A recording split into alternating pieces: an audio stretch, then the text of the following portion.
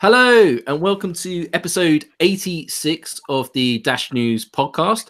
I'm Mark Mason and I'm joined by my two fellow hosts, Joel Valenzuela. How are you? I'm doing fantastic. Hi, guys. Excellent. And stepping in for Brian, aka Mastermind, this week is Justin again. Welcome back to the podcast. Nice to be here. Always feel like I'm at home. You're becoming a bit of a regular now. I think you're a crowd favorite. So I'm like a squatter. I just slowly move in. Yeah, it's becoming the two amigos and the one acquaintance. You're moving up the slider, though. Don't worry.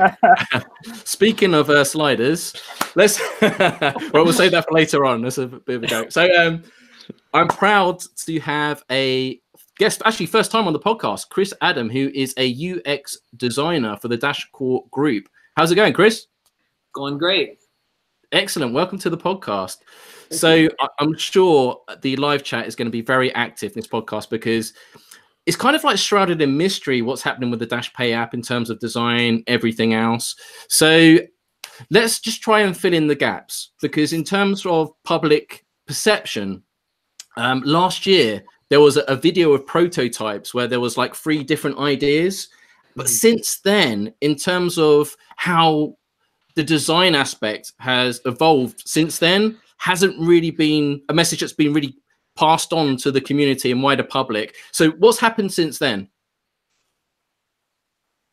Well, one of the reasons, just before we say what's happened, is one of the reasons we don't share that as often is because with the designs for Dash Pay in particular, we are really coming at it from a very unique perspective in design. It's been a very interesting road to travel because Dash Pay has many audiences.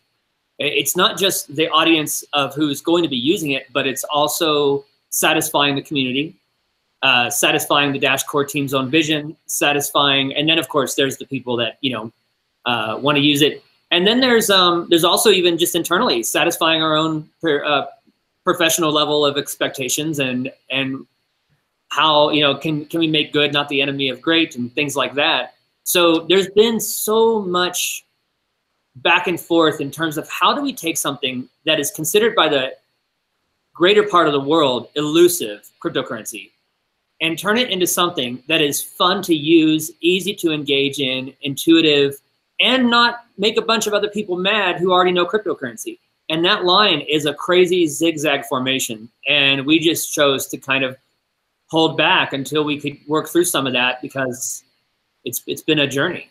So it's like you're in a leaky old boat and you're trying to like find enough fingers to plug all the holes. Just make sure it all stays together. It's very difficult. Puzzle stays together. It's more like the boat is this incredibly new, unique boat concept, and all of a sudden I wake up in the middle of the night and I'm like, this thing has to float. It's just like, you forget the basics sometimes and you got to start over.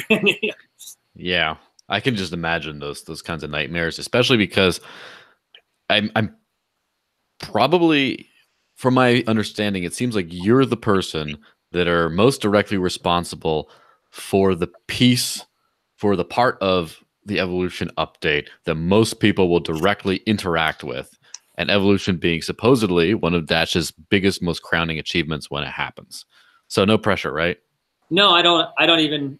Matter of fact, I blocked everything you just said out intentionally. I can't even support such a weight. That, I mean, in a way, it's kind of, in a way, what you said has, I do think about, and that's why this is so important. It needs to be a solid product. It needs to be a fantastic product, and the team around Dash Pay also thinks the same thing. It's really important that we make a great product. One thing I'm curious about is we've heard previously before from the strategy team that in terms of like product owner, research, how much communication do you have with strategy on this, and how much direction do you get from them, or the team that you're working? Because you're kind of like on your own in terms of like the UX creativity, like in terms of creating the mock-ups and the designs and stuff, right? You're kind of alone on that aspect. Is that correct? Yes. Well, I mean, yes, in the fact that I do go to my dark cave and make things and then come and show everybody and then get feedback. In essence, it'd be better to say that kind of some of the initiatives and the the early stage designs, the concept, the framework, and the philosophy is kind of something I just kind of work out on this end of things. But I'm not alone in that the whole purpose of that is just to get the conversation going and sculpt a better product. It's like as if it was a piece of marble. You know, my job is to start chipping away at the marble that I don't want and then create better conversation with the stuff you start to see being revealed. It's a lot easier for teams to handle innovation and new concepts when there's a front person pushing that. But I can make something good on my own, but I cannot make something great without a team. And that's what's necessary for that. So in a way, it's kind of both. But if it was just up to me, Dash Pay would probably be a pretty foolish product. There's a lot I had to learn along the way, tremendous amount. So where did you come from with crypto? Everyone likes to know, like, what's your crypto journey? Were you like born into it, like Justin is hatched out of an egg and there's Bitcoins around him? Or it's a true story. Interesting visual. Right, like a Spider-Man into the cryptoverse. I haven't been in crypto long. I've been in crypto for less than a year at this point.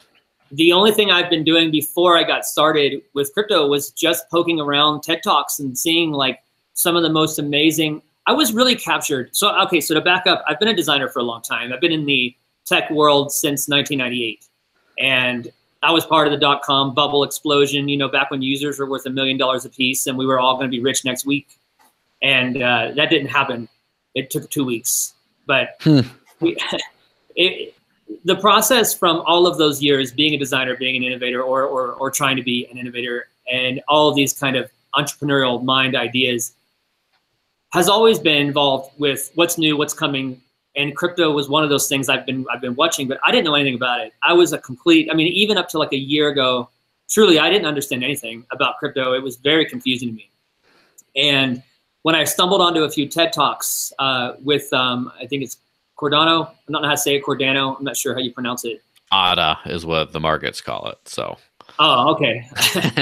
Well, yeah, I hope that made it simpler for you. It did. It is a shorter word. Thank you. I saw talks about how cryptocurrency could be used to help impoverished nations, and it never occurred to me you can use money or a money system to really help nations. I know people think you can just drive by on airplanes and throw dollar bills out for, whatever. I mean, but that's to really, I was just really captured with how you could use this technology in a decentralized way to create identity even for people that aren't even known, and use that to track healthcare processes and all this blockchain kind of technology. And I was so captured by it. I've always been more humanitarian focused, more people focused. And I loved that. And so I began kind of looking around, where could I possibly start creating things for this really cool thing happening? And so at about 8 months ago, I stumbled onto Dash and was able to start moving there. So it's kind of a brief history. I've mostly been a UX. Well, I was a UX designer before I knew what one was. A client told me I was a UX designer, and I got nervous thinking I was in the wrong job because I didn't know what a UX designer was years ago. but I've been doing this for a long time, creating, thinking, that kind of thing. Can you explain some of the research that you've been given? Because you say like a lot of thought's gone into it. It's kind of what I was trying to get before, because I think people that have a serious amount of skin in the game and investors kind of wondering, because there's so much that happens behind closed doors, and we hear there's product owners and stuff, but we don't understand the dynamics, what happens behind the scenes. So although there's research into different user groups and stuff, can you just talk about some of the research that you've got and how that's impacted some of the work that you've done? A lot of the research that I am driven by comes from the strategy team in Dash. There are many things they try to understand and handle. There's no front runner for a product like this. In another podcast, you guys were talking to Elizabeth and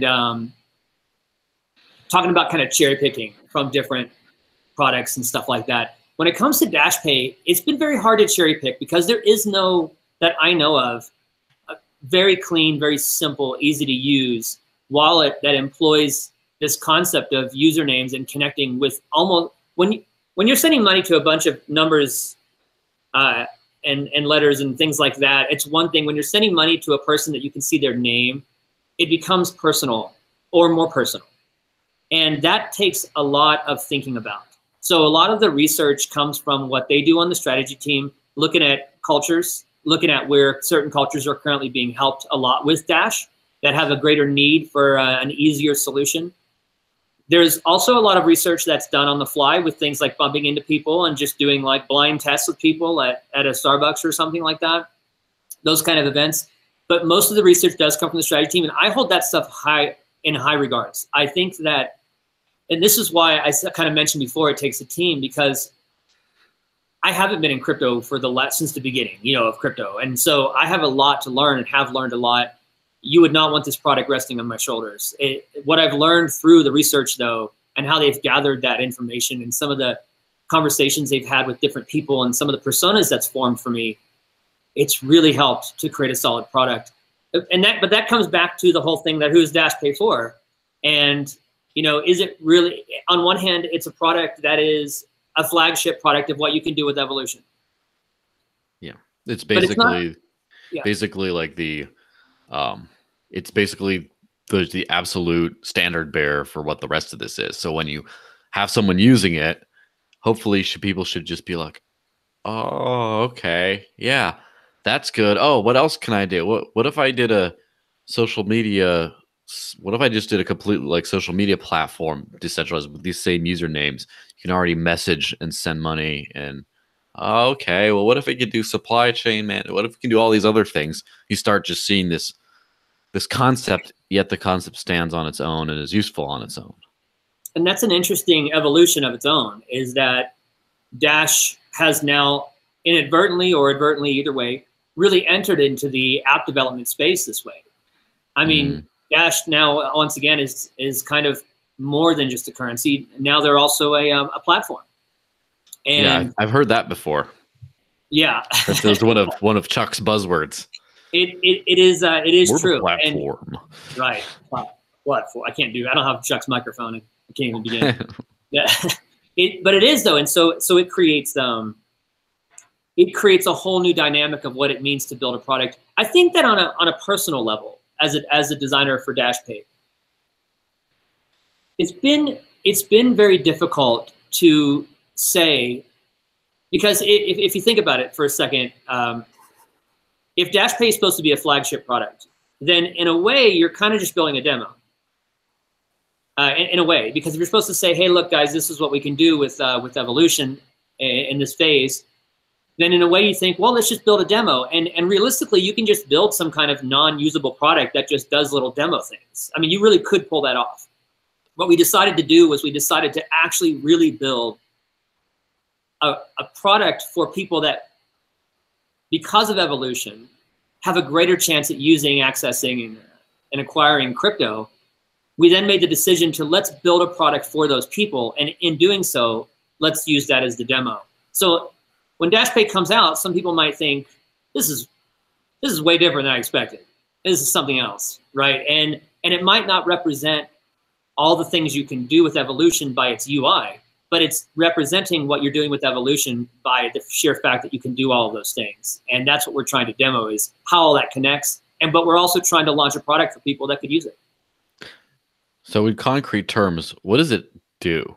Like, we're talking about just some random non-Dash person and the rest of the crypto space might be asking, or just some random, like, mother, father, whatever, is not into this at all, and just like, well, what does it do? So it's a wallet. I'm sure that's fair to say. But like, what else does it do? Like, just walk us through the visual. I mean, obviously you could show us a complete demo if you were so inclined, but if you're not, you can just paint the picture with your words, like a true wordsmith of the future. I see. I wish I could show demos. I wish that I could do that right now, because I'm so excited about the product and the work that's gone into it. So what does it do? You're right. It's a wallet, even though that's an interesting word. It's a wallet, and its purpose is to make it so. First of all, even creating an account, step by step, we really took a strong lean towards hand-holding, making sure that every scene is very clean with a lot of open space around it. Solid colors, not heavy on icons. Everything is very simple all the way through, maintaining a very solid Dash presence in someone's life. And so starting with even onboarding, we wanted to even make that a little bit exciting by using certain swiping mechanics and some very nice parallax models, things that really look like a forward-moving progressive app that you would find in any industry. Very, very forward-moving. So onboarding, it brings you on board, of course. It lets you set up a user. It lets you, in essence, create an account. And from there, at a very basic level, you are now allowed to add contacts to people that you know or people that you will know, and as well as pay to Dash addresses that don't have a username, and exchange Dash between those people. That's a very basic evolution. Dash Pay in its MVP state, that's its very, very basic core functionality. And saying that, you probably think, well, that sounds like any other wallet. What's the deal? The deal is that, and let me emphasize that question a little bit more, because I heard through the grapevine that these kinds of features like usernames and contact lists and stuff will also be in the traditional Android and iOS Dash wallets as they are today, but that this is a separate app and experience from those. So what really is the difference between, say I got my Android wallet right now and it just gets updated. I'm like, oh yeah, on my username and stuff, I can do contacts in that. How does that compare to the Dash Pay wallet? The Android wallet right now actually is undergoing some UI changes too, and some of the elements of Dash Pay that have been introduced are being pushed over into the Android wallet to make it also a little bit more user-friendly and more engaging. At a core, though, the Dash Pay wallet, which I love that it exists, I love that we actually have two different branches here. At a core level, the Dash Pay wallet is for advanced or for crypto users that expect a certain level of functioning with their money. What they expect now, what they do now, we don't want to make Dash products less usable, right? So that wallet stays in that position where if you are used to using Dash in a certain way and you're used to having a lot of control and seeing a lot of that behind the scenes data and inputs and things like that and all the things that you would normally see, you stay with that wallet and that's the wallet you're going to use. You're just going to see a better design. You're going to see faster improvements and stuff like that over time, like any app should experience. Dash Pay compares to that by we extract a lot of that heavier detail stuff. We extract a lot of the kind of the nerd talk so that an average person thinks, hey, I'm sending money, someone's getting money, I know it just happened, and I love using it. You know, whereas the core or the native wallets have far more advanced features, functions, and controls. And Dash Pay doesn't have any of that. And in my opinion, this isn't my call. I mean, obviously, I work on this every day, and I'm very passionate about this particular product. So I have a lot of subjective thoughts that are just what I want it to do and be. And some of that might work out, some of that might not. But in my perfect world, and I don't want to, I'm glad I'm not reading the live chat right now. I'm probably about to get blocked on every major. I want Dash Pay to be more than a demo of what evolution is. I want Dash Pay to be a substantial experience that can demonstrate the value of both the privacy as well as the openness of the blockchain. I feel like it's funny because the blockchain is an interesting little thing floating up there, the spreadsheet in the sky. And it's interesting to me that the blockchain is very public, and we do a lot of work to make it not that way without losing the very public element of the blockchain. And I feel like we need to have an app, Dash Pay, that takes advantage of both sides of that, something very public and something very private. And I have a certain thing in my mind of where I'd like to take that if that's an opportunity for Dash Pay. As of right now, besides my own meanderings, Dash Pay is very much a simplified user experience, but it's based heavily on seeing people's faces, on seeing their own avatars in a way. Very heavily on knowing that I am doing business with that person or that company. It's very intentional. No one's really using this phrase, and so I don't know how it's going to come across when I say it, but in a way it'd be like if you can visualize an attempt at making a relational wallet, something that is a little bit more involved and more personal. It's a very unique experience. Yeah, so I can imagine two levels to that. First, and of course, you tell me if I'm wrong on any of this. First, I imagine it's something simpler. So I always thought that the current wallets are pretty simple. Like the current pre-evolution, whatever, are pretty simple. You got send, you got receive. It says scan. This is how much. Like it seems very simple to me. However, as you've seen me firsthand set up hundreds of people with wallets and stuff, there's a little bit of a here's what you do to it, and then once they're like, well, what is this, and you explain it and they get it, but there's still that step to where you have to explain it. There's still a step of like, how do I back up the wallet? You have to go here, seed. It says write down, and you remember to handwrite and all that kind of stuff. How do I send? Like, where do you hit send? All right, now what? You got to hit the scan, and what do oh, that thing? Okay, I scan now. Where? Okay, pin. Okay, where did it show up? What's that confirmation bar? What's that? Like, there's those steps to it. Yeah. And it sounds like, first off, what you're telling me is with Dash Pay, you should not need hand-holding from a jackass like me. It should be the wallet doing the hand-holding itself a little bit. Is that fair to say? That is the entire philosophy that drives every design decision. And go ahead, were you going to say something? Yeah. And so what was the other thing? But beyond just streamlined, simplified, you don't need an assistant wallet. The whole social aspect of it, that's kind of fascinating to me, that you go into like social money to where you're not just using it when you have to pay stuff. Now you're getting it into a relational type thing.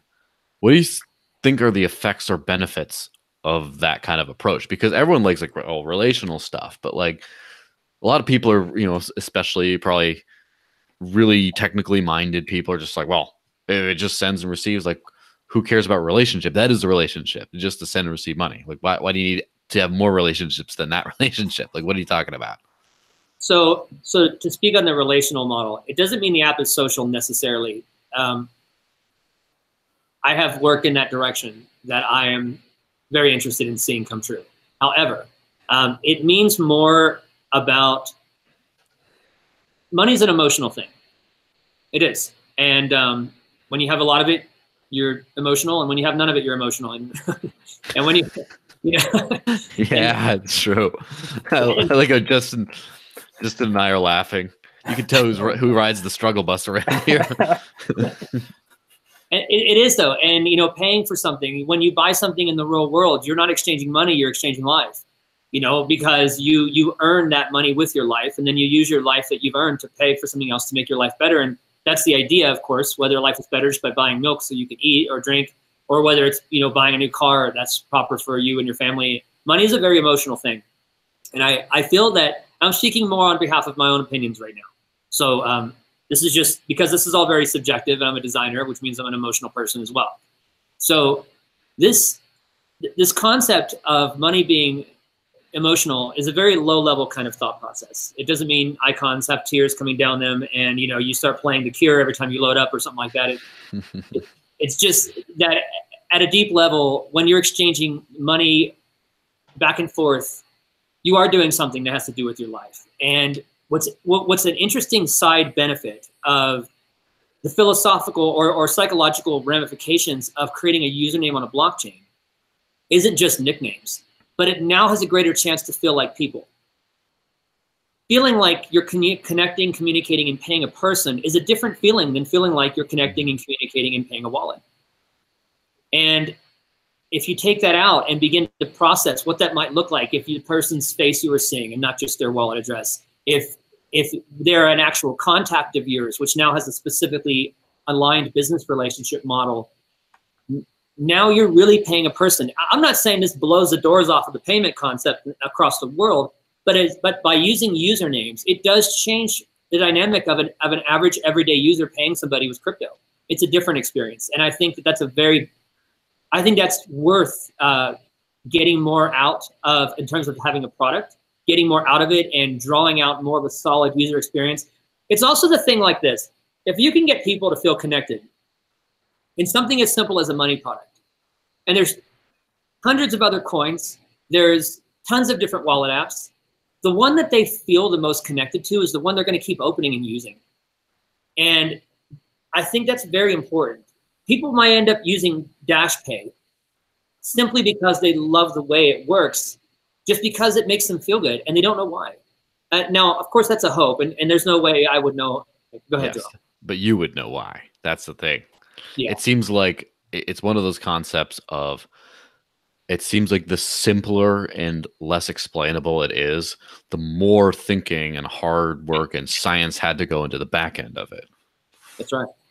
It's absolutely right. It's not. This has been not the hardest project I've ever had in terms of just insane difficulty and timelines and things like that. It's very reasonable, but this has been the most complex product because it involves so many elements of so many requirements from different groups. And it's risky. It is risky because not everyone's going to love it. Not everyone's going to, it's going to be something new.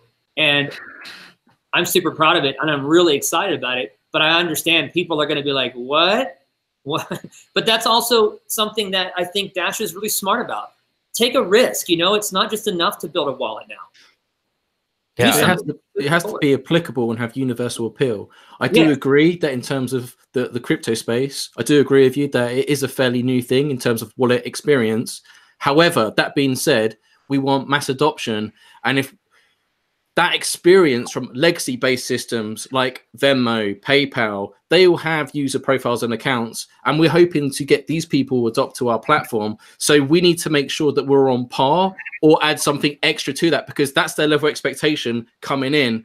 So, the crypto sphere is still kind of a small bubble. It's bigger than it was a few years ago, but still really, if we want, to be the cryptocurrency your grandmother wants to use, as Evan used to say back in the day, then we really need to fulfill that. But anyway, you mentioned privacy earlier. Now, one thing that isn't clear that everyone wants to know is that in the first release, will private send be enabled? Because we've had indications saying it will, and then we've had other kind of people saying they're not sure. What's the case on that? I'm one of those people saying I'm not sure. So I've heard different things back and forth. I can tell you that it's not like, because I'm on the UX design side, I don't know 100% of all of the release schedules and things like that. But I think I've heard them say that it's not part of MVP. I can tell you this, it's on none of my designs. So for MVP, that might be a stronger indicator. But I'm pretty sure it's not going to be there for MVP. However, it's not something that's being removed as far as I understand or anything.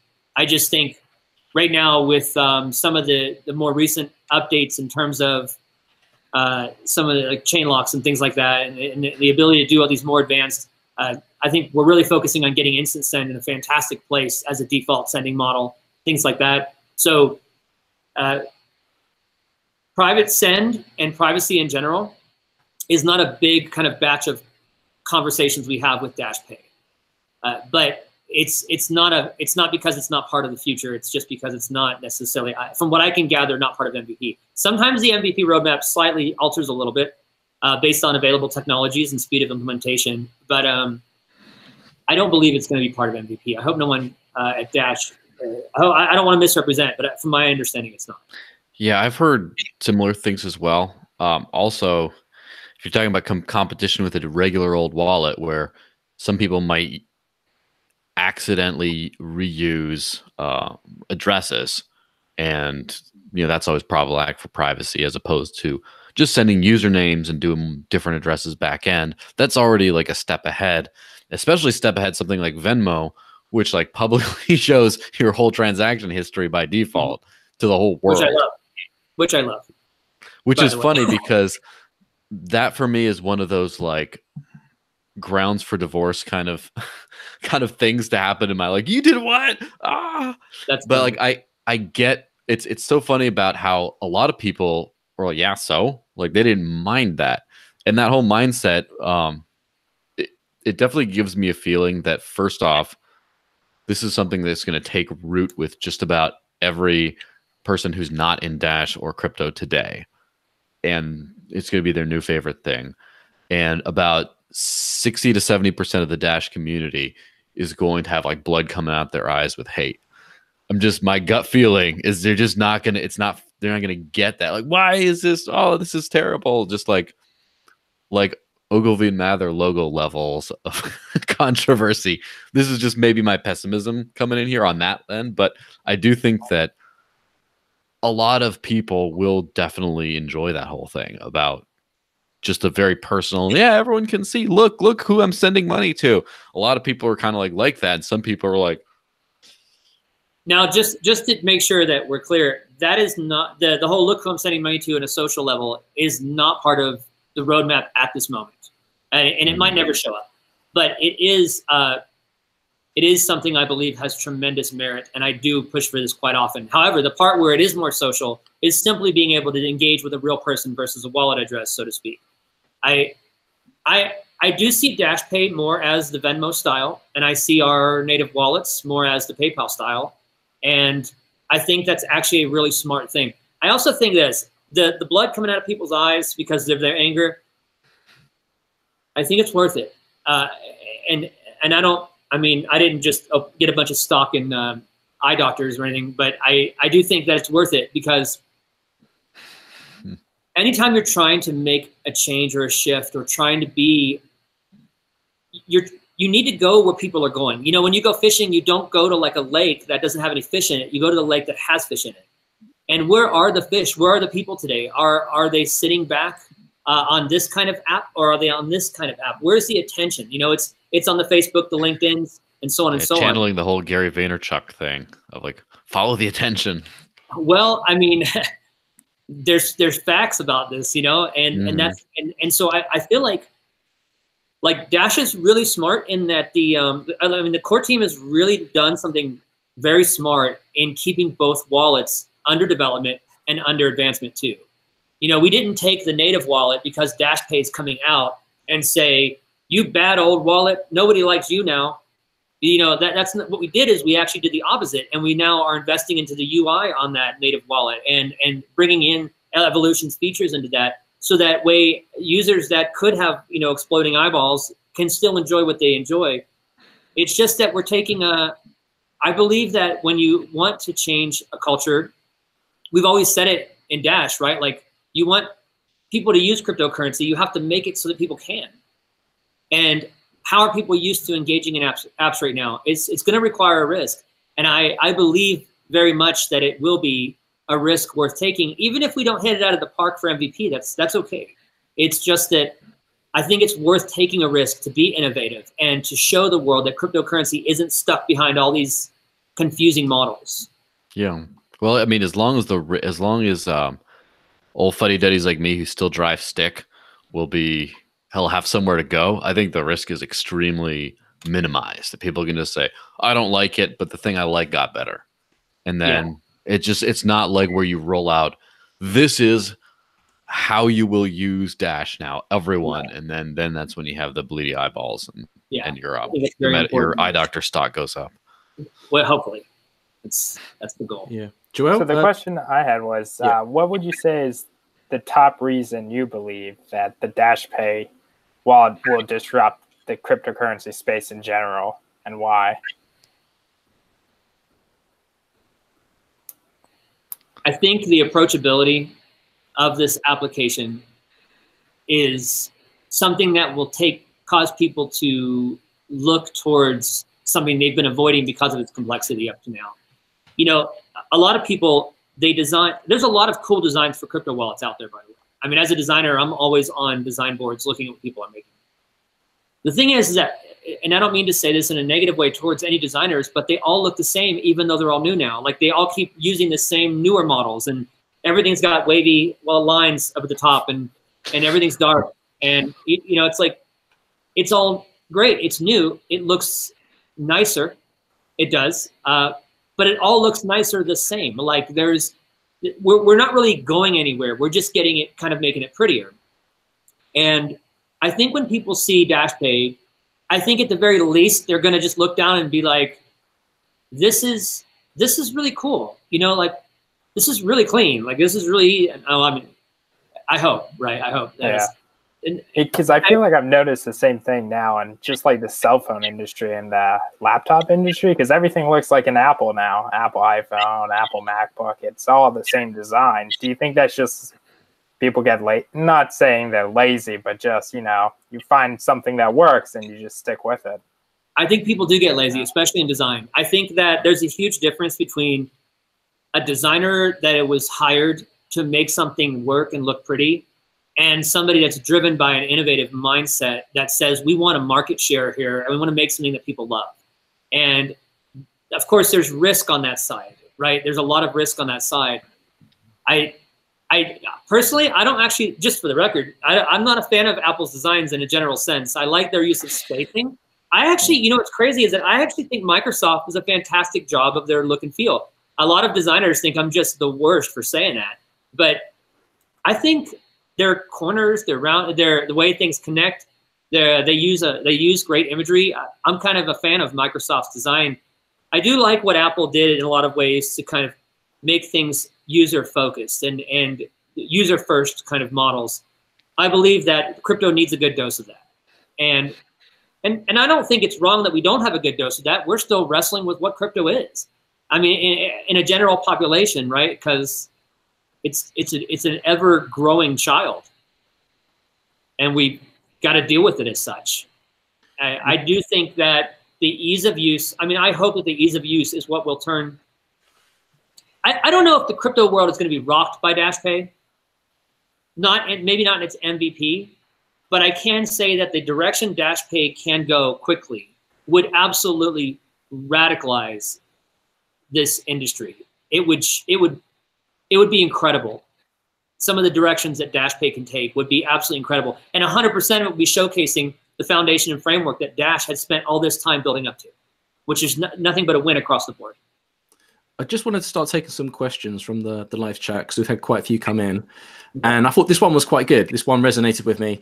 Is there a new bunch of casino sounds that can emotionally reward and attach people to the Dash Pay wallet? And I think this is actually really important because it's not just the look, it's the sound of it as well. Like we know the Exodus wallet for a long time has the, you know, cha-ching, you know, when you transfer money, you know, so whether it's the, you know, Super Mario Brothers, when you hit the coin, like, you know, it's a unique experience. And I think that does actually add something. Have you actually experimented with sounds, and what's your view on this? I love that question. I think that sound is just as important as a sleek user experience that you can touch and feel. And we haven't done a whole lot of that, and that's because of me. I've pushed the whole like sound exploration stuff to the very end. Once we've nailed down how we want this to work and look, because I don't want to spend a bunch of time thinking about when a user does X, it goes badoink. You know, if X doesn't exist later, and badoink took me 17 hours to find. You know, I just the hunt for badoink. Yeah. I feel like I'm gonna be in trouble for saying that. Anyway, so those. You should just use Mark's soundboard. Use a bunch of Mark's sources.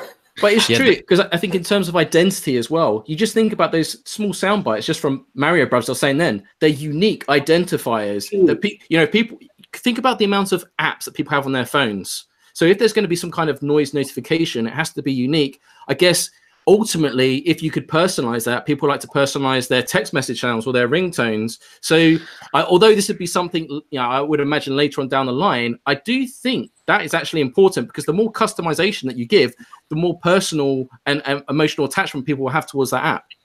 That's I mean, to be specific, last in the late 2017 price run up days, I started to, because of Mark's meme videos, I started to, every time I actually looked at Coin Market Cap, I subconsciously heard that air horn sound in my head every time I opened the space, and it was like, oh, I'm like, because that mental association of the horn sound. And so definitely one thing I want to be able to do is just have a send function on Dash Pay that requires at least 3 rapid swipes and makes a couple air horn sounds. So you can be, maybe if we can access.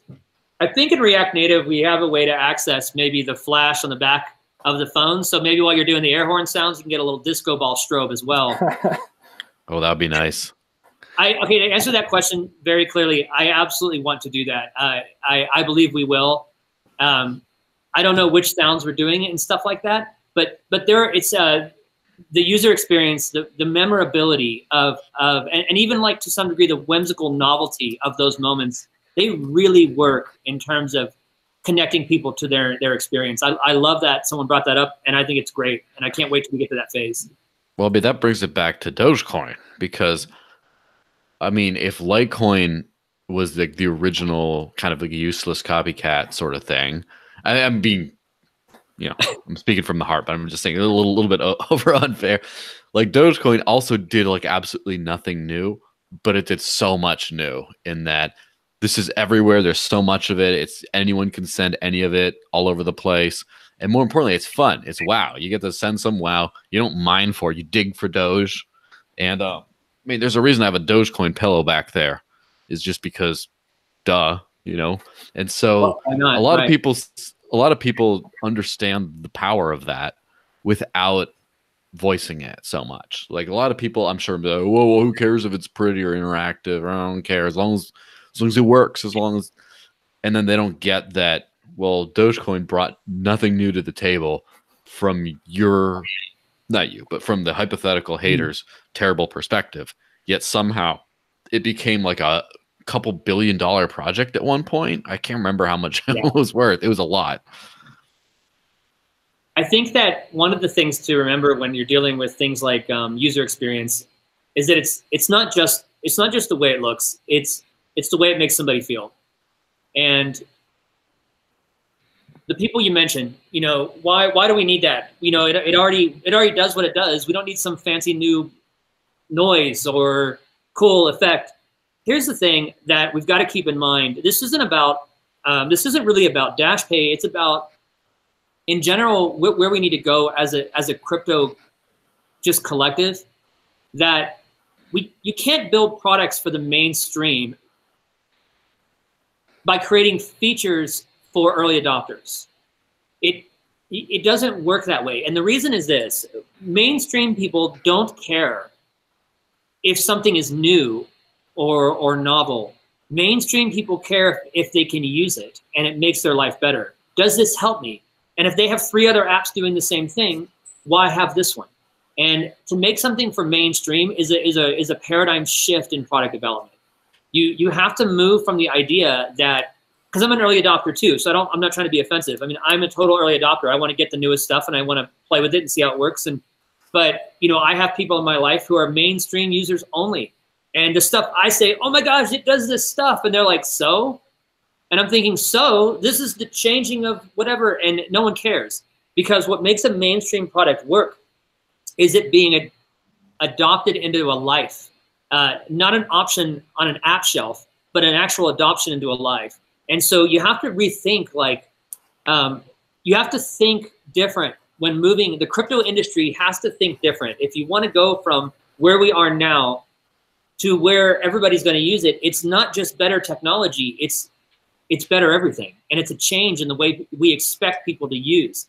So yeah, some people will never need to change because they're already being satisfied with the products. But there's a whole world out there who don't even know how to use them. And that's the target. Yeah, I mean, people sometimes forget just how small the crypto pie is. And people are like, well, how come our slice of the pie is so small? Or, oh, we're getting left behind, and, you know, like that novel series and stuff. But we're being like left behind because everyone else is the crypto pie. But the crypto pie is so teeny. I go around, like, even in Dash Heavy, New Hampshire, almost everyone I meet, I would probably risk like my life savings to bet a random person I had never seen before has never used cryptocurrency at all. Right. And it doesn't matter that there's like dozens of stickers in shops, Dash accepted here. It's like, yeah, and there's a lot of times like the same, you know, few dozen people that ever go through there, and like a couple of like actual regulars, like, you know, like Justin hitting up the vape shop all the time or whatever. I just never leave. Yeah, he just does the whole Simpsons meme of like come in, out, in, out. This is actually just a backdrop right now. I'm actually in the vape shop right now. Yeah, so the ability to appeal to the rest of the world that just doesn't use it, or people that, oh yeah, I bought some Bitcoin and then I forgot about it because the price went down, but that ability to keep them re-engaged seems pretty interesting to me, at least. Now, on all that friction stuff, all that. How do you reduce friction? The whole username thing. Oh, it's so easy. It's just send to an username. How do you set up a username? And now we've had some discussions before about on the podcast many times about how there's like a fee associated because you have to pay to store data on the blockchain and Dash Drive and all this. There's going to have to be a fee associated that'll convert to credits and then this and that. And then you have to like every like addition to your profile, you have to like pay for it and stuff. And that sounds like UX cancer. Yes. What are you, how does that look from like, how do you have a handle on that situation? When I was like, I cannot build a product that you have to pay for everything you do. That doesn't even like connect with my head as far as the user experience. Having said that, other people weren't as emotional as I was about it, but they think the same thing in Dash, and everyone is trying very hard to remove that hurdle. That's a hurdle, and that's a big hurdle. And I mean, I don't know if I was in it this week, but every week, no, I skipped it this week. Every week we've been having meetings on that in terms of brainstorming. There are many models presented, how to minimize the fee, how to get someone else to cover the fee. See, I mean, there's great ideas for like when we're in version 3 maybe or something of Dash Pay, where we're doing all this stuff with merchants or something like that. That makes a lot of sense when it comes to things like sponsoring users and blah, blah, blah. But you can't get to version 3 without version 1. And what do you do to make this? This is I think, the central piece to the most complex like adoption issues we have with Dash Pay is onboarding a user that doesn't have Dash, telling them they have to have Dash to get Dash, in essence, is a very ridiculous approach. And it's not ridiculous because people aren't intelligently working on it. It's just from a UI, UX perspective, it's a nightmare. However, I'm really pleased with the direction and some of the decisions that are being made in terms of how the Dash core team is going to be part of that, invite models and things like that. Nothing is 100% nailed down, but it is an aggressive internal campaign that we have that we consistently are working to solve this. Nobody wants to have a great product that people don't want to use because it's confusing in the beginning. Nobody wants this. So we're trying very hard to work with the reality of crypto, the reality of the blockchain and miners and fees, with the reality of what an actual regular person out there needs to see. So I can't speak too much on the details of how we're solving it, but I can let you know that we are absolutely like prioritizing. That's paramount to our success, I believe. And maybe MVP might not be as perfect, but the goal is perfection in terms of something users they're not stopped by or stopped by. It's on everyone's mind. It's a big deal. So let's say on a scale of what, maybe I should use a sliding scale. A sliding scale. Let's say on a sliding scale of mission accomplished, or not mission accomplished to mission accomplished, the Uphold integration into their current Dash wallet, what would you say is the goal of getting to making Dash adoption easier for someone that currently doesn't have Dash but wants to get into Dash? Yeah, as in how do you like solve that friction point of like, oh yeah, you just use it. Well, you got the app, now what? Well, you don't have Dash. Yeah, just can't do anything. That's my biggest problem as well, because like you're talking about the mainstream, and that's been a common theme throughout this podcast. However, can you buy Dash in the Dash Pay app? Because why would the mainstream download the Dash Pay app in the first place if they don't have any Dash or know what Dash is? So, I mean, you've got to tick all those boxes, haven't you? Because you've got to apply to everyone. It's a tricky subject. So can you actually buy Dash in the Dash Pay app? Is there going to be Uphold integration like in the Android one? There will be. Okay. There will be. I don't know the details on that. I just know that I've seen it in the I don't know if it's going to be in there for MVP though. But I can tell you the time it's taken to develop the Dash Pay app and the time everyone's been waiting is not a standard for how long it takes to release updates, if you know what I'm saying. So MVP versus next version, it's going to move a lot faster than up to this point because this has just been a lot of hurdles. But I have seen it multiple times in fiat onboarding or on-ramps with, in particular with Uphold integration and stuff like that. Absolutely. I mean, I think it's in the native, is it in the native wallet now or For the Android, yes. In the Android, iOS still pending. Right. So, and all the designs I've seen and that have been looking at with Suba, the other designer at Dash, I've seen it on most every screen in the newer upcoming stuff. So it looks like it's going to start more aggressively integrated there on the native wallets. It's an obvious thing we want to do because that's the ability to, I mean, in a perfect world, you use a credit card when you're doing the app and you're buying Dash. I mean, you know, in a perfect world, you could just something really fast and it does Uphold and brings it over. But even you know, from my personal experience, even things like Uphold are still off-putting for customers in the mainstream. I mean, you know, I mean, I use them, but it's just multiple levels of authentication and all this. It's not how people think, and there needs to be some work around this. And I know with at least with the crypto phones in Venezuela and some in Colombia now they have the Discover Dash app and they can go find the ATMs on the Discover Dash app too. So do you think that would help to a degree? Because now they can go to an ATM, potentially find a two-way ATM, just put cash in, get Dash out, not have to deal with setting up an account. It's not a perfect scenario. I do think it would help. But it's not a perfect scenario because the perfect scenario means you're inside of this ecosystem here. I want to solve it here. I don't want to walk out to my car, you know, and drive down the street so I can finish installing something. Like that's almost an insane thought, really. I mean, we're working with what we have in the crypto world, but in real life, that's an insane thought to think that you'd have to do that, right? And it doesn't mean it wouldn't help. It just means that if we're really trying to use phrases like mainstream users, we need to make sure we're not kidding ourselves with what it really takes to make a mainstream product. We can't keep having all these loops and hoops you got to jump through and all these confusing models and bumps on the road and then say we're trying to build a mainstream product. We're kind of lying to ourselves if we're not addressing the real issues. And I'm not pointing at any coin, and I'm certainly not pointing at Dash Core Group because we are trying to do that. But like to really make a mainstream product, things could help a little bit like that, but we really need a complete integrated solution at some point in time, and there's no doubt about that. One of the things that are going to help during, and I'm a huge fan of this, and I hope we end up launching MVP this way.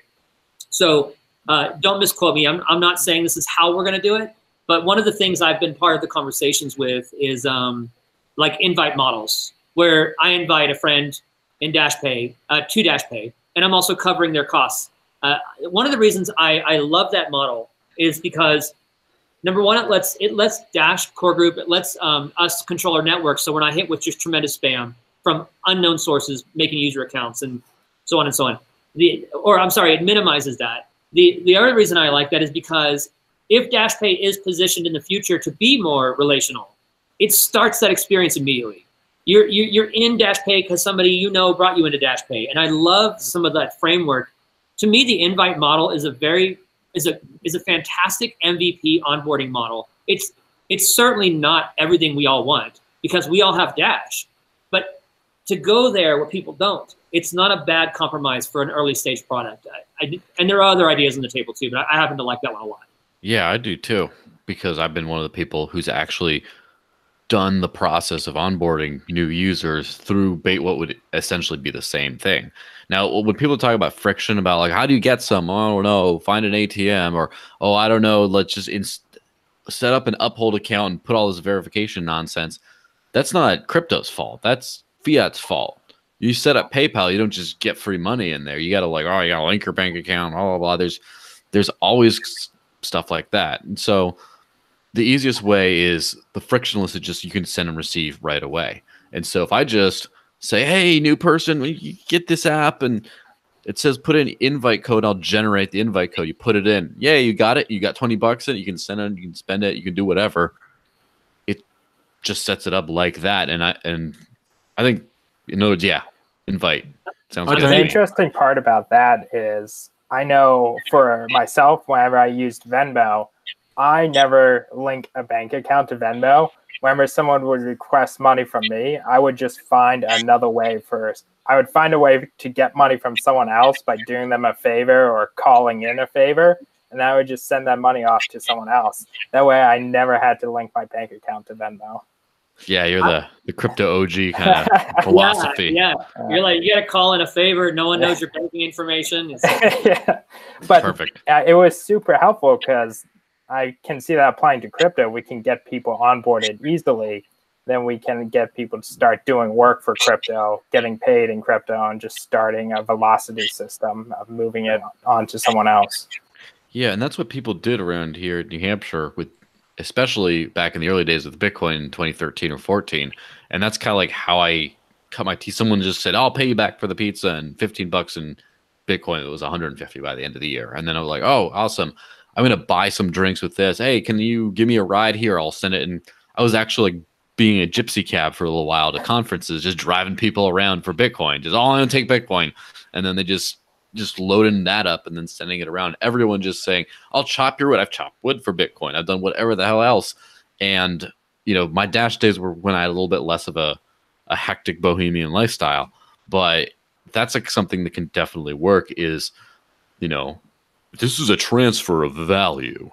Then all I have to do is anytime there's like anytime you find an exchange of value between peers, peer to peer, then you can just transfer some Dash. All it has to do is to have someone have Dash, and then you just start transferring the value around. And then it's like, hey, do you have any Bitcoin? Or you back in the day, it was like, hey, you have any Bitcoin? No, sorry.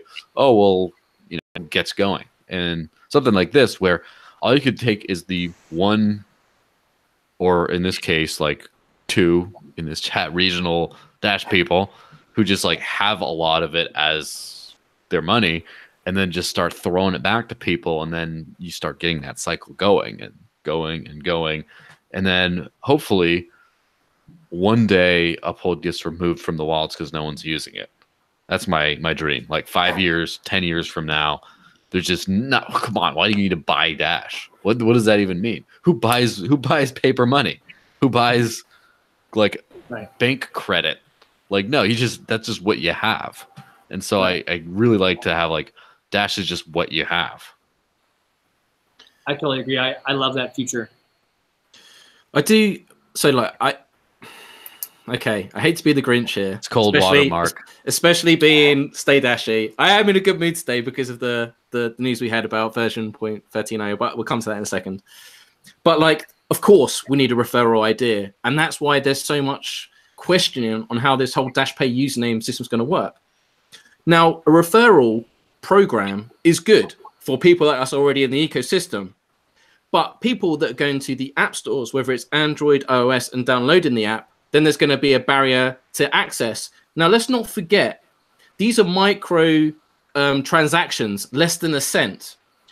So we really need to think about our model, about how we're going to deliver this in the best way possible. Because the truth is we need a multi-pronged approach. There is no one way, right way. We need to be able to apply this to everyone. So, of course, for people in the ecosystem, we can incentivize and refer people and even set them up, just like PayPal initially did. I think it was like $20 initially to sign up. But getting people in, it has to be frictionless. It has to be user-friendly. Adding your, creating your username, password, going in. If we have all this stuff at the very, very beginning, it's going to push most people away in the mainstream. Let's not be, kid ourselves. We've got to be honest with ourselves on this. Absolutely.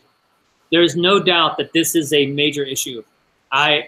One of the first things I ever did when I started with Dash was I was given a flow chart of this problem. I wasn't necessarily told to solve it. I was told to start designing for it. And I was shocked that it even existed. I couldn't even believe that this is a reality for a product. None of it made sense. Why anybody would ever do this is beyond me, and how this could ever grow is impossible because it's too much. That's not normal. That's not how people think. That's, to some degree, right now in our current kind of phase of life with Dash Pay and crypto in general, it's kind of a reality right now, this moment, in terms of we know that this is going to push some people back. The amount of flowcharts, spreadsheets, and meetings we have about this very topic is quite significant. And what's also significant is that I'm starting to feel like we're going to do well for MVP with this. I don't feel like it's going to launch in a perfect world scenario, but I do feel like it's going to launch thinking about people inside the ecosystem, people that don't know what's going on. Mine, as a UX guy, you have to know, my number one goal is to make you not leave what you're doing. I want you to use the app. So if any of this stuff means you've got to now wait around or something, or go do this, or leave the app and go do 10 other things and come back, I feel like we haven't done well.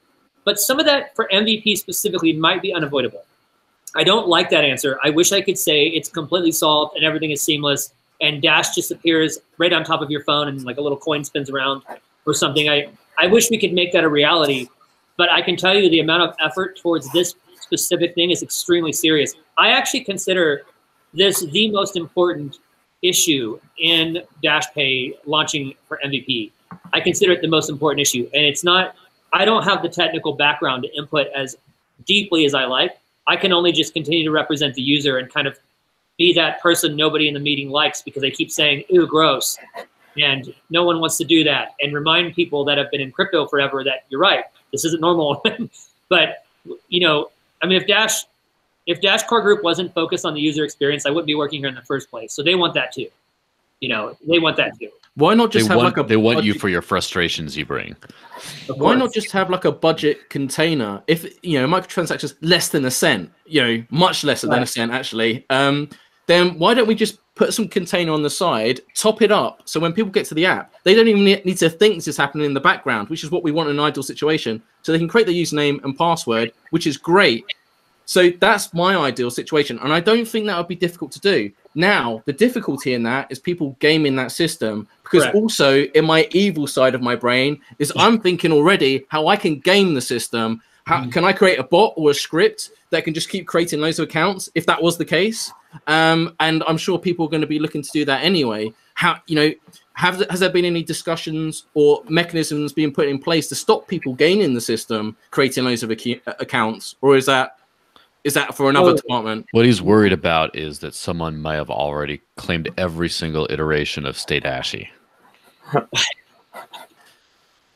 Because on the first day, like it's so easy to create a script and a bot. Like, so we could really game the system, and actually it could cause havoc. So if we don't think about this, like there's a lot of bad actors out there that will take advantage of the situation if they can. There are. Let me answer that, or at least speak to that anyway. That comes up every conversation. This is why during those meetings, I push very aggressively towards the invite-only model. I don't feel like it's the best future model, but I feel like it's a great way to control an early stage growth product without having to deal with too much of a spam potential overhead or somebody gaming and exploiting our ability to sponsor them. And I'm not really representing the views of everyone in those meetings in Dash Core Group, but I just, from a personal perspective, I do believe that if we could pull off an invite-only model for MVP, we do sidestep some of that and in essence give us more time to solve that. Because here's the deal. That's what you're describing is what I call more, and what some of us call this kind of more of a sponsorship model, right? Let's say we have a fund set up, we sponsor. That dovetails perfectly into the future of sponsorship models, by which we start getting sponsorship from groups like Church's Chicken or something like that, who already work with Dash, who have an incentive to invest in Dash. But see, and then at that point, we're now creating in essence, a one-to-one relationship between business and consumer, and Dash moves into a much more of an aggressive position. That's good. I mean, aggressive. That's good in that we expose more people to businesses and more businesses to people. This is very outside of the current scope of Dash Pay, but the idea of sponsorship dovetails into that future merchant model very, very well. And I really think we need more time to do that properly. And if we could launch with an invite-only model, we could buy that time and control our growth in an early stage as well. I know it's not as easy as just saying, what if we just did this or that? For every great idea, there are holes and loopholes and inconsistencies, because the blockchain, well, this wasn't what it was built for, right? So we're employing a technology now and adding fantastic elements to it to really reapply it to all kind of new great things. And so it's in its infancy still, from that perspective, the organic kind of growth of the blockchain, and what, especially Dash's version of it, which we're really implementing all these fantastic things. I want to see that problem solved, and I want to see it solved very well. And I also want to solve it by which our users are happy, our future merchants are happy, our developer groups are happy, our community's happy. You know, I mean, I'm happy. You know, I want to see that very much. Yeah, so I really like the idea of the sponsorship, the corporate sponsorship of users and credit. Would be interesting to see in the future, where if you download the app, it kind of geolocates you, and based on that, say if you're around a Church's Chicken, it's like, hey, you got sponsored by Church's, you got a free $5. The nearest one is this far from you, and you're just like, oh, I got this. Now I can go spend it on my I'm gonna have to coin the term sugar dashy. You're a sugar dashy, just paying your way everywhere. You just, oh, I'm gonna go there and get some chicken, and now you're like, well, that was easy. I want more, and then there you go. I'm glad you just brought that up. I just want to say this one thing really quick.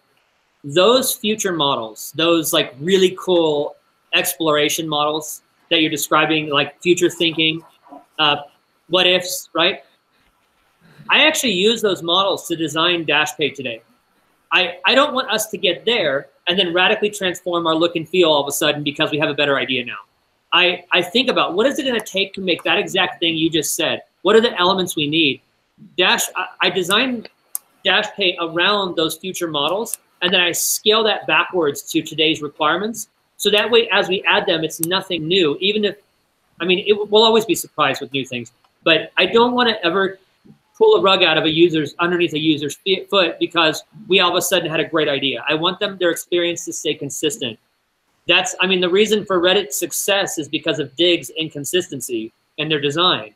So these are things I take very seriously, and I love those future models because that's what paints the picture of today and how we get there. Yeah, but doesn't a lot of this play into how it depends on how it's going to be marketed, what taglines are going to be used? Because if we tell people that this is you taking back control, becoming your own bank, that has to resonate in the whole experience of the Dash Pay app, which comes back to the personalization question. If people are taking back control and becoming their own bank, they should have the ability to change the theme or put new skins on. And we see people take ownership of things in this way in other mainly desktop wallets like Exodus again. But I think that's why we don't know how Dash Core Group is going to market this and tagline this, because we don't know what the strategy team has been doing behind closed doors and all this research. So from us, just on the outside, there's still so much mystery on something that should be so simple and straightforward. But we keep hearing that in this first iteration, MVP, that in some ways it's going to be limited, but that's not going to be the whole picture. So like for me, I'm just trying to put this whole piece of the puzzle together. And it's not a perfect picture, but we're getting closer. And I know it's difficult to deliver on perfection. But I guess your job right now and what you're delivering is you're trying to manage our expectations. Is that correct? You mean in the design or in this discussion right now? The design, and also because the problem is where there's so many different groups working around this, I'm sure you're thinking about the user experience, the look, the feel, everything. The back end team are thinking about the problem, how to best approach the Dash Pay username scenario, how to onboard people. Right. Then there's the strategy, and then the marketing and communications thinking, how are we going to ship this to people? How are we going to market this and everything else? But it all has to come together, but you all have to be on the same page. Yet there's so much that you have to deliver. Every time we have someone on the podcast talking about it, they're kind of saying like, this is really great in what it can deliver. But I feel at the same time, you're trying to manage our expectations that, the first version, I don't like to say the word is limited or restricted, but it's kind of like, think of it as the central functionality, and then we can expand and deliver more modules on top of that. So yeah. I just feel like constantly we're managing expectations, but it's not going to be everything off the bat, on launch day. So here's what everything you just said is fair, and you're probably right. I mean, that's pretty much what. Now, but we're not trying to work in secrecy. We're not trying to withhold information so that people feel without. No one wants to. I don't want to make anybody feel like they don't have some secret knowledge. It's just that managing the expectation, as you put it, is also part of protecting our own community. Like I mentioned social earlier during our conversation. I can imagine that people are already assuming that we're like trying to be like Facebook or something. Like just because, oops, yeah, I kind of phrased that wrong, but like, or untimely, in an untimely way. It's as we work on something, I wish I could share my designs all the time. Like I wish that I could share the work and the brainstorming all the time in these meetings. I leave some of these meetings with so much hope and so much excitement about the way we're going to handle something and the intelligence by which we're going to handle it. But there's no way to like just capture that and say to the whole world, hey, guess what? Dash is smart, or this is so cool, because without being able to produce a product, nobody wants to keep hearing promises that aren't being met. And this is just life. I don't want to hear that from people I care about or people I work with. If like someone keeps saying, I'll do this tomorrow, and tomorrow never comes, I kind of start doubting the person's going to do it, And so on the other side, though, we have a very real responsibility to deliver a product to a wide amount of needs. And if we were to meet all of these needs right now, the product would never get delivered. It just wouldn't, because by the time we fix all these advanced things everybody wants, the things we did in the beginning have now changed anyway, and new needs have now shown up. It's very difficult to satisfy everybody with a product launch when it's an innovative new product, especially when there's a community like we have around the product and expectations. It's risky, and taking that risk, I think, is really worth it. I believe that even if Dash Pay makes everybody mad, that's still good information. That still tells us why, right? I mean, if you're with your significant other and they're mad at you and don't tell you why, that's just the worst. It's just the worst. And we don't want to be that with our users, and we don't want our users to be that with us. So like, if everybody hated it, let's just say if we know why, then we'll fix it and we'll make it fantastic. It not being loved in MVP is not a deal killer. I want it to be loved immediately, because I mean, it's like a child of mine, right? But if it's not, if I know why, that's all I needed from the beginning anyway. I just didn't have that information maybe, or and it's no one's fault. Sometimes people don't know how to comment on what they need until they start using something. And once they start using it, they realize, oh, it should do this and that. Like I'm not a fan of focus groups at all. I don't like focus groups. I don't like asking people what they have problems with in order to make a new product, because I like getting a new product in front of them first and then getting their feedback. Like I don't want to say, everybody always does these. Let's say I showed everybody, let's just say I'm going to pick on our own native wallets. Let's say I did a focus group and gave everybody the native wallets. What would you like to see in here that's not here? Well, that's important information. That's good. But if my mind is set on building an innovative, forward-moving product that radically changes the way people encounter and engage with crypto, that information might not help me, because what they're doing during that focus group is fixing the problem in front of them. Sometimes we have to fail a little bit to succeed a lot. And I'm open to Dash Pay not being a success if it means we can make it one. I'd love to hit the ball out of the park immediately, but I'm also, this is a very new thing. And so I don't know, it will be a limited version, and it will be pulled in and scaled back. But once you start to engage it and see it, I'm sure, even if you don't like the experience per se, I'm sure you'll start to see where it can go very quickly, and expectations will start being derived. And I want people to naturally discover that. I don't want to put that in people's heads first, because when like as humans, we don't really truly appreciate something unless we've earned it. And I want someone to earn and have ownership of this product. I want someone to feel like it's theirs. I want someone to feel like that's their transaction. And to start saying, I wish this could do this. Because I believe what they're going to be asking for is something that we have on our roadmap that we're maybe even experimenting with the idea at a very loose level. I want to see people love this product, and I want to see them love it because it's enjoyable to use and it solves a problem. Yeah, I mean, a lot of that really reminds me of, I wrote some op-ed a while ago that some people liked, some people didn't, about not giving crypto fans what they want. Like, talking about how entrepreneurs do not start businesses based on like a popularity contest or a survey. They don't just implement as ask people what they want here and then just put that into a thing and then it just works. It's getting an idea, taking a risk on something that people might not know that they want, and then working backwards with the, with the feedback rather than the feedback being the building blocks of the product. You make the thing. Like, for example, how many people do you think wanted Bitcoin to begin with?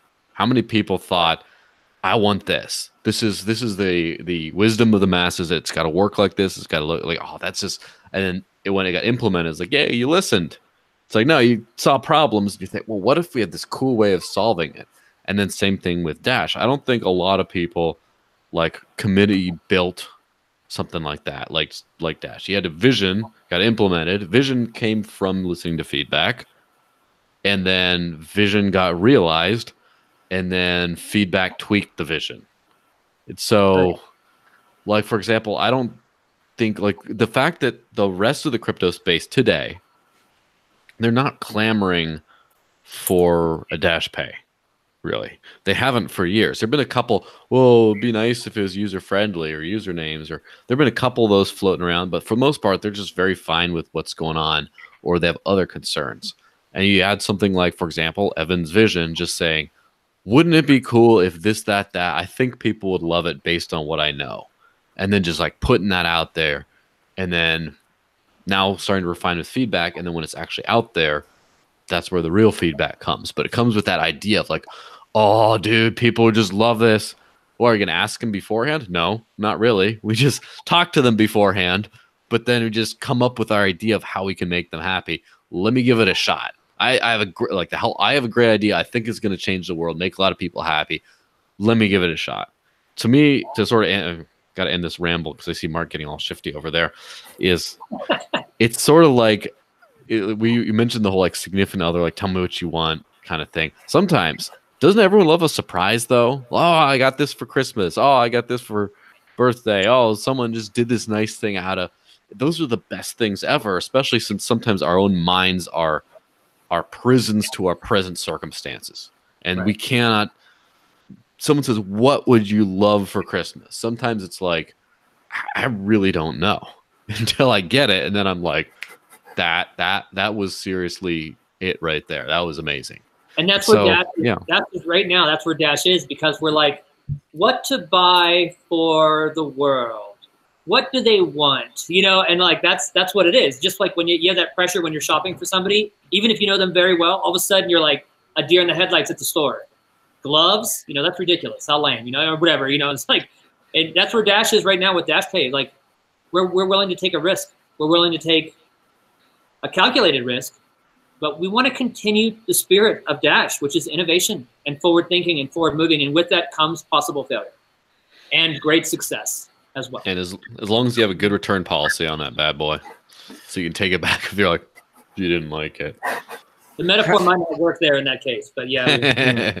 Have you had a discussion yet? I'm sure you've had discussions on this already, but have you decided on how you're going to launch the Dash Pay app? Because I agree exactly with what Joel was just saying, that, are you going to do like a keynote speech, like Apple style, or are you going to do like a marketing campaign? How are people even going to know about the app to even download it? There has to be some message. Because if you launch this and then you're just purely depending on the community to say, all right, just referral, download it, I'm going to be really pissed off because I've been waiting 3 years for this, and you would have missed a huge opportunity. This might not be your domain at all. Yeah, but if you know something. I'm going to be stay grumpy, not stay dashy anymore.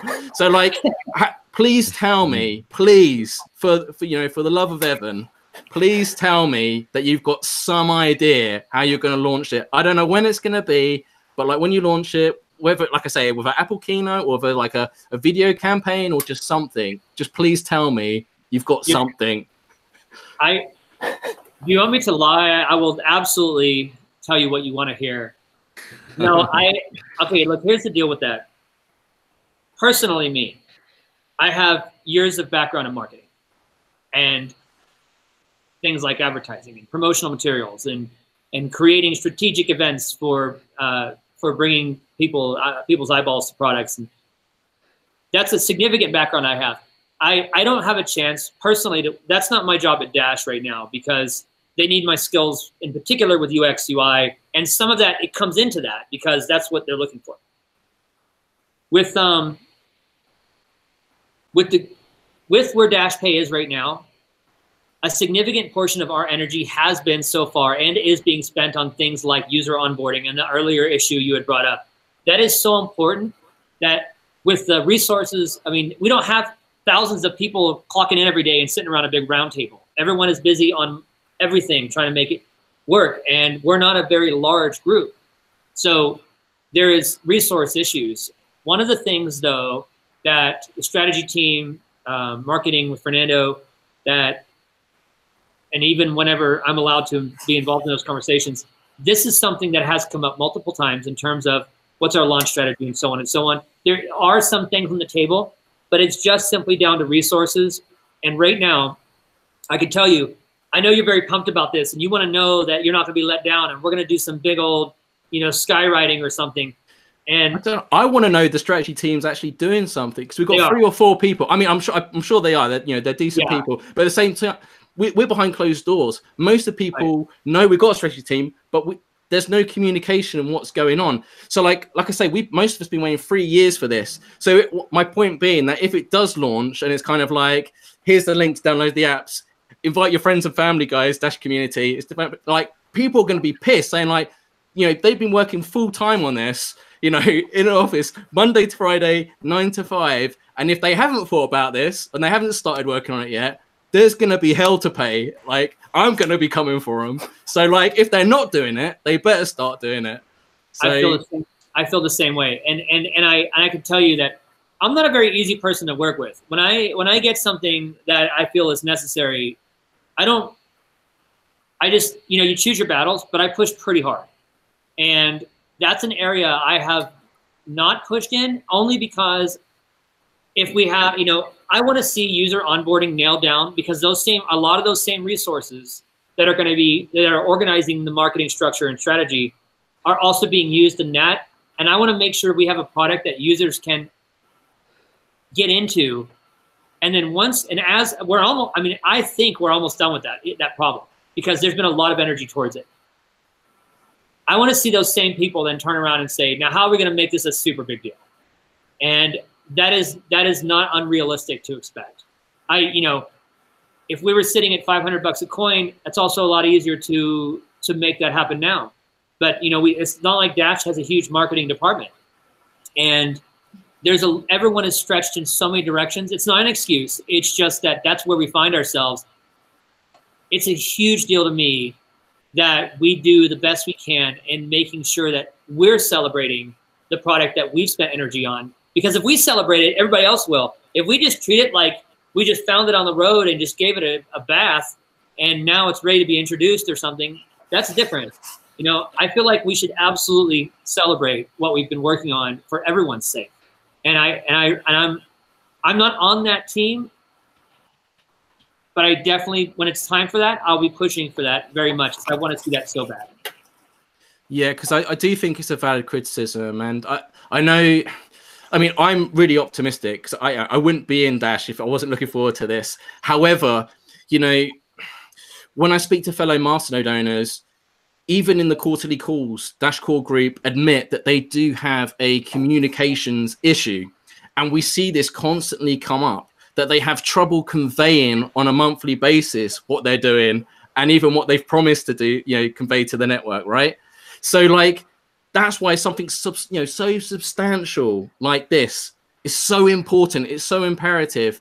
And, you know, we're not just fans. We've got lots of skin in the game. You know, there's diehard people that are in the Discord community chats all the time, but then there are other people that have come along a long way, and they could have done other things, but they've stuck with us because they believe in the project and what we want to deliver. And all they're asking is that it gets the attention that it truly deserves, because, you know, we have been very lackluster and we haven't been the best at communicating what we've been doing. And what I was saying before about the strategy team is like, no, you know, disrespect. I'm not attacking them. I'm just saying is because we don't see any of the marketing research and stuff they do. We don't see any input that they have into the project. So it's only on the quarterly call when we see like one slide, what's going on. But we see there's a member team, and we're just like, so a lot of people just say, you know, even question me when we've been interviewed and stuff before, like, what do these people do 9 to 5, you know, every day? I'm like, watch the quarterly call. It's like, you know, every 2.5 months, sorry, every 3 months. Go watch that. You know, and we got the one slide. So like, we don't know because they're not communicating. So I don't want to have like a massive like rant and stuff, but there's so much depending on this. And when you think about other projects, when we do these podcasts, people want to get us to extract as much information as possible. And sometimes there's a lot of fluff and hype, and there's people want to watch this and come away saying like, I've learned something new. There's something like I learned something of value. And my fear is that even up to the launch day, people don't know really what they're getting. They know there's Dash Pay usernames and stuff, but there's no consistency in the message. It's kind of like, just wait, just trust us. On the launch day, you'll be fine. And if it isn't, we'll fix it. Can you understand where people are coming from? Man, we did hear that with the new logo. Ooh. Yeah, so this is where I think it's going to be interesting. I mean, EOS, so they had like a massive like 30-day hype thing. No, I'm not saying we should do that, but the thing is, if up to launch day, if people don't know that it exists, or they won't even know to expect it, right? So this is the problem, and I don't know how this is going to be tackled. I hope preparation has gone into this, but I think like they wouldn't be doing you justice of all the hard work and effort you put into this if it isn't delivered in the right way. And delivery is absolutely key. It is. I think part of this, part of the missing piece, even though it's not speaking directly to this, is us having a better website. I mean, that communicates just in a general sense what's going on and the new level of thought, new design and stuff like that. That's on its way. There's a lot of work going into that, and that's well on its way. That's a great place to showcase this and other new products as they come out, like any other business would. Those are all things that are just staples in a product development or product kind of advertisement or marketing cycle. What you're saying about like really do like a big push, a big celebration, really bring the community into this thing. I would love to see like an early stage before it's available to the public, big old like Dash gathering campfire kind of thing where we're showing slides and we're looking at animations and we're watching about this and we're talking about the philosophy of, and we're quoting famous people and stuff, I mean, just making it something real and really showcasing the value of the product. I would love to see that. I would absolutely love to see that. I'd love to be involved in that. We may very well do that. I have kind of a myopic responsibility of what I can speak to 100%. And that's not an area I can, but I have no doubt that we want to celebrate what we've been working on. I want to see it. But it's not just users, it's the bigger picture. It's businesses as well. So we talk about like these use case groups, we're testing people.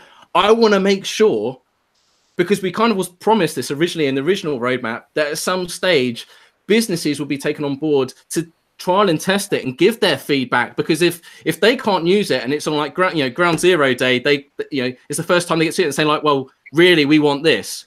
We need to make sure we've ticked all those boxes. So have businesses been involved? Have they been testing it? Have you got a small pool of businesses that are giving feedback? Because if you haven't, I'm going to be angry. Well, really angry. The thing with Dash Pay is that we have an entire roadmap dedicated to merchants. I'm not an entire roadmap. We have an entire section of that roadmap dedicated to merchants and the tools we're going to provide merchants and businesses. I will tell you that every single ounce of the work that I do, I'm thinking about that exact thing. That is, to me, extremely important. So are we talking to businesses every day and stuff like that? I know the marketing team does.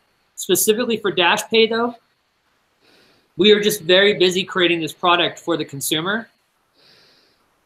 But speaking of me personally, every single decision and every single feature that I try to implement or design in Dash Pay for the consumer, I always think about how a business is going to use that to grow themselves, to increase exposure. I don't bring those up in the meetings at Dash Pay because everyone has to stay focused on the job, and not everyone can just think about the sky and what's going on. Well, that's the job of the product owner, though. That's why I was so heavy-handed early with the strategy team, because they should have all these use cases. You remember Chuck back in the day? He had slides for like, this is this user, this is his background, this is his personality, these needs and wants. Like, this was over a year ago. So like clearly this was identified that businesses are going to need to use this. So like, I know this doesn't really fall into your domain. Obviously you have to deliver on the user experience side, but the research and thought behind it on best to deliver should be on the strategy side. And I hope it's been done. Otherwise I'm going to jump on a plane to Arizona and kick up a ruckus. No, Tonto style. There's a lot of work in that area that's being done. It's just in terms of implementing it into the MVP is what I was speaking of. So without question, that's what they're doing. Oh, that's good to know. Yeah. So, because like we're all avid supporters, of Core, and we're all really passionate about it, and we've all been waiting about this, for many Christmases. We've been telling friends and families, and our expectations are so high. But I think even ourselves in the community, the diehards, we're managing our expectations already because we know what will be possible down the line with other decentralized applications. But as this is the first decentralized app for Dash Pay, and Dash in general, it's really important, to use your phrase, we hit out the park on the first go. And if those fundamental questions aren't asked and answered by the time we launch, then really some other serious questions need to be asked. And I hope we don't have to ask them. Right. In the nicest way possible. Yeah, of course. I mean, and once again, even though there's a lot of responsibility on me, I can only speak truly to what goes on every day in Dash Pay and in the UX side of that very clearly. A lot of the other stuff of what strategy, I'm not on the strategy team. And although I work closely with them all the time for a number of decisions and things and understanding the direction and the goals, that's not my team. They are always working on those things. I only know it from my perspective, which is the stuff that they work on and figure out and solve. Then it gets into my head for my own personal planning and my own organization of the structure of the design, look and feel, and the user experience.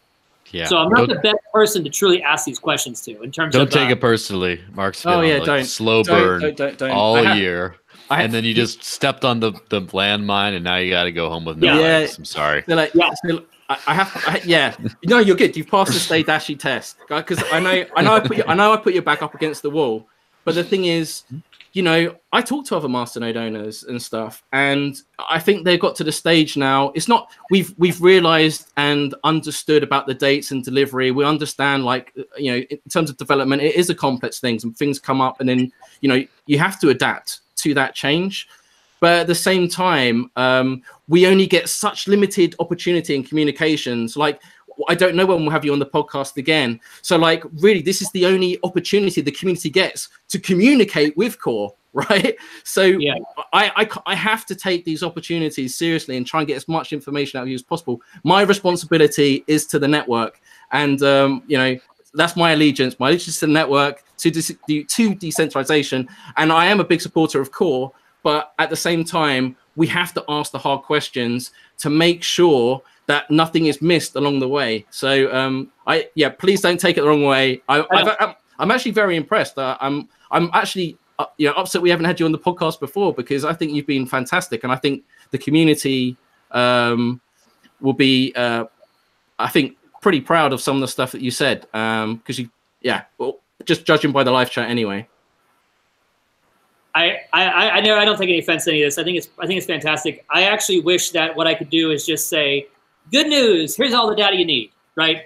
And I can say that from my perspective every day, I'm super impressed by the efforts in Dash Core.